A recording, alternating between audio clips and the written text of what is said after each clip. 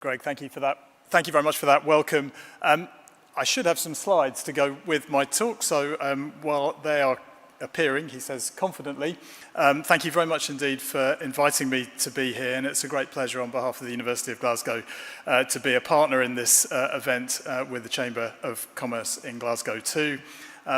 I'm relatively new to Glasgow, started my role in October, moved to the city in August, thoroughly enjoying it, and came here for a number of reasons. One was the fantastic reputation of its university that I'm privileged and awe-inspired to lead, but it's also to join a city that is famous for its innovation and a city famous for looking forward. You may need to click. Maybe I need to click. Click again, just to be clear.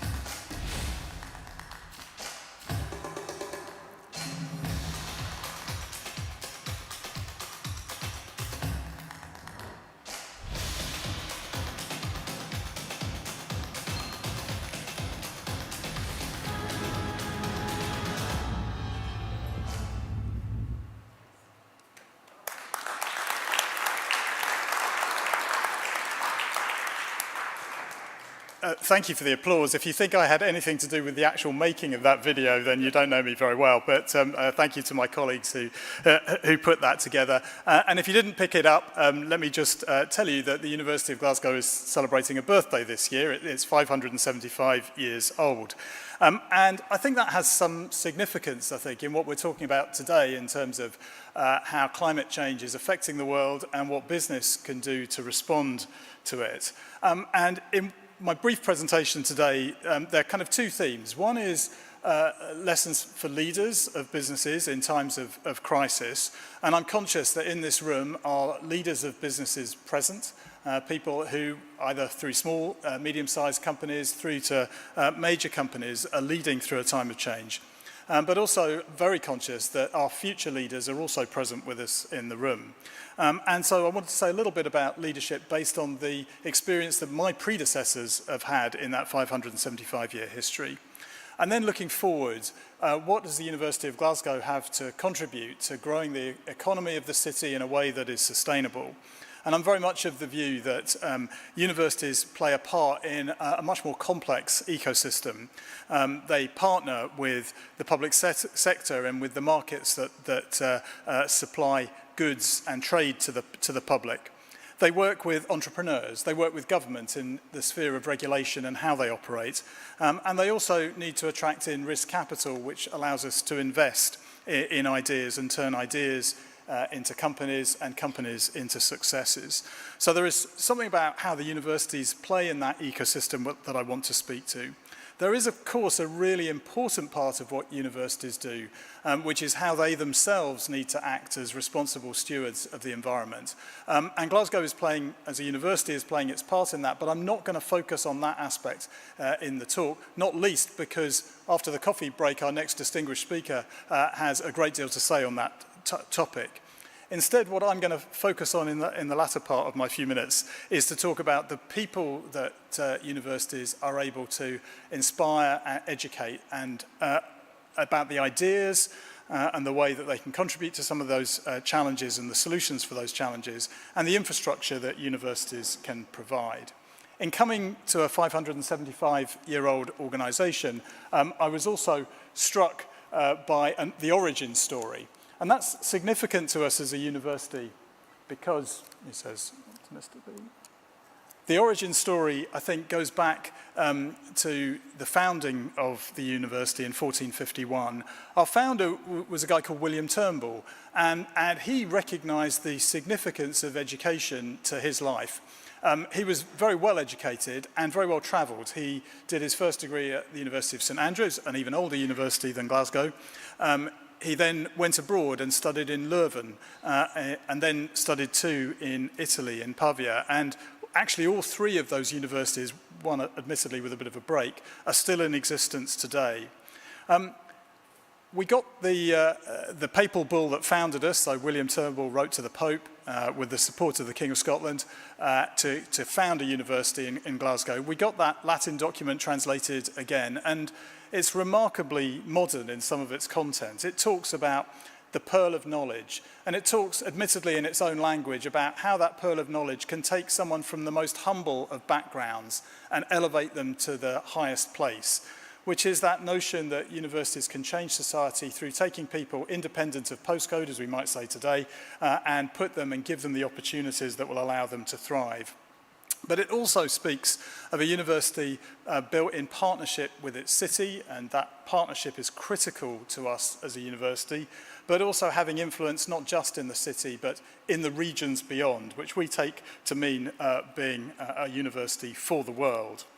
So that origin story is important, but I wanted to talk about leadership too, and in three little vignettes of leadership during a time of crisis.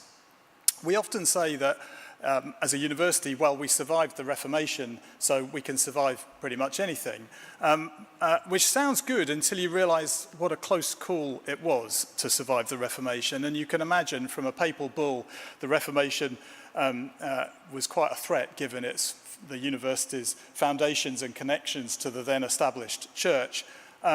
In the 1560s, the university was down to one professor and a handful of students, so it really did survive by the skin of its teeth, and there's a bit of a lesson for long-lived organisations of survivors' bias, that the ones that are left are only the ones that survived. But we survived actually through the leadership of one particular person, and in that bottom right, you will see his name, Andrew Melville. That's on the Memorial Gate on University Avenue, which was put up in our 500th anniversary of 1951. Andrew Melville was a really quite short-lived principal, was only there for 4 years, but he completely came in with visionary leadership, re-established the university. So I think lesson number one is in times of crisis, you need people with vision who'll go out and do things. Vignette number two is the top right of that slide. And you will see at the front, if your eyesight's good enough, a gentleman with a very impressive looking beard. That is Thomas Berkeley, who was the principal in the 1860s, 1850, mid-1850s to 1873. And he faced a very different crisis. It was a sort of local climate crisis, actually. The city of Glasgow at that point was very polluted by industry and the way in which power was generated at that point, which was largely through coal. And the university was situated off the high street, exactly where they wanted to build the railway line. So he made it his life's work to establish the university in a new location and to sell the land and the medieval buildings that by then had fallen into disrepair.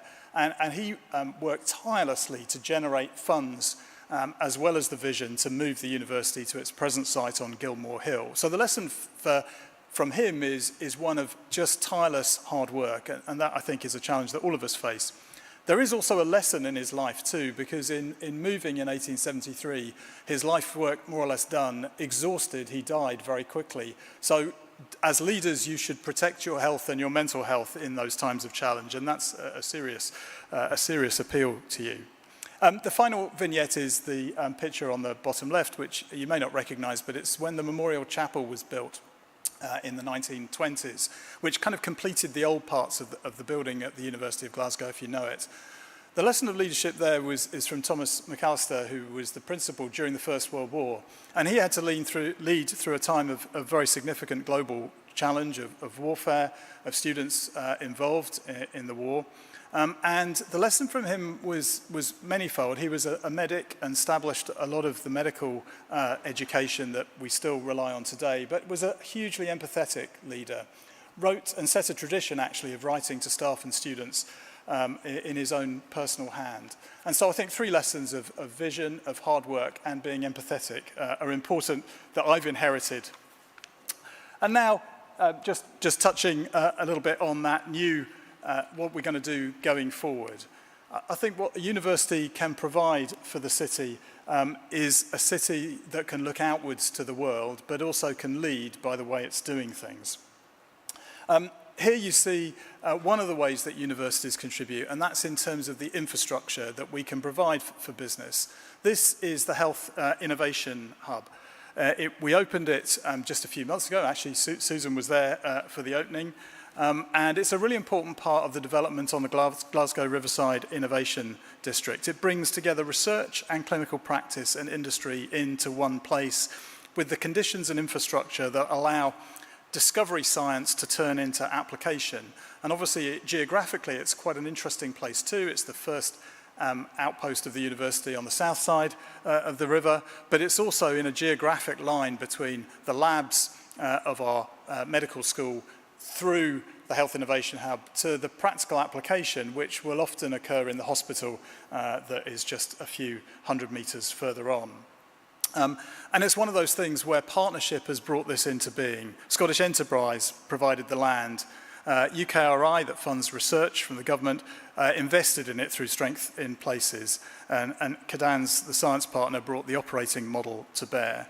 And a critical message from me, at least, is that the university stands ready to work in partners wherever you are. We can't do these things on our own, and often we don't have the skills. But in this room, around the city, there are the skills, there is the wisdom, and there is the drive that the university is really keen to partner with. The second phase of what I was going to talk about was a little bit around how universities can be the place that convenes.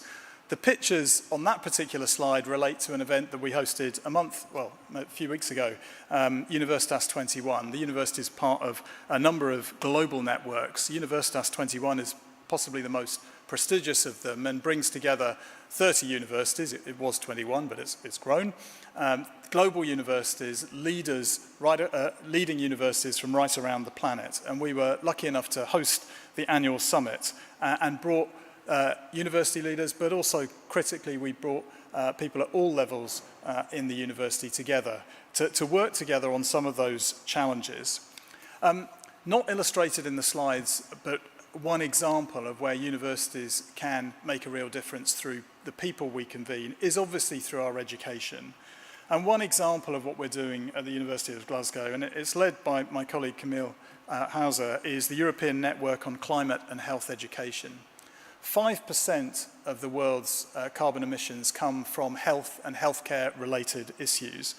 And what Camille and her colleagues are doing is transforming the education system through the 5 Scottish medical schools to teach students who are going into medicine to be more conscious of the climate in what they're doing. Now, what does that look like? It means preparing them for diseases that will migrate around the world in a way that haven't before. One of the biggest of which, and one of the most impactful for people's health, is air quality and pollution, and it's equipping our next generation of doctors, medics, and care assistants to be able to handle the growth in respiratory illness and chronic illness that results from it. But it's also looking at the practice of medicine, that temptation to intervene at every possible moment, which is costing money, also often in ways that are unhelpful for the eventual patient outcome, and getting students to think and prepare for that, as well as some of the practical applications about single-use plastic and the like. So something that we can do through people and as a university through education. And finally, I wanted to talk about ideas and the challenge of ideas. And actually, my colleague and the leader of this particular project is here in the room, Professor Jamie Toney. This is the Gallant project, which is in partnership with the City of Glasgow and is one of the tangible outcomes of the COP conference.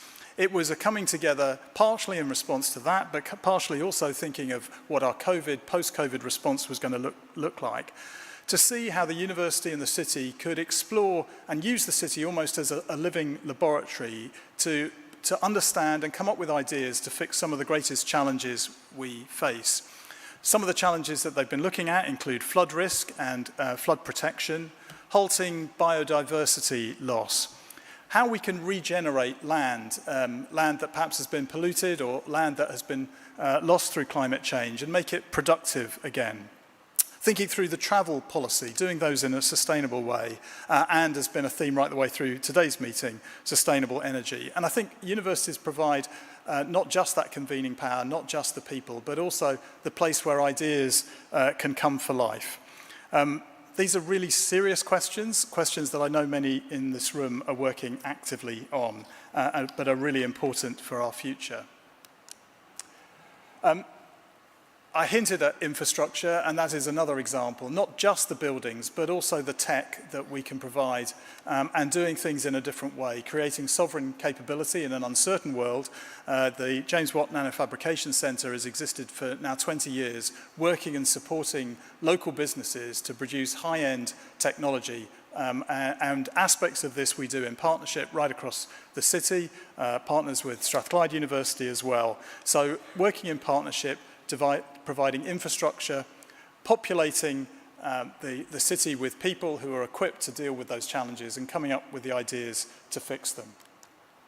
So with that, I will conclude and throw myself at your mercy for questions in the second phase, but thank you very much indeed for your attention.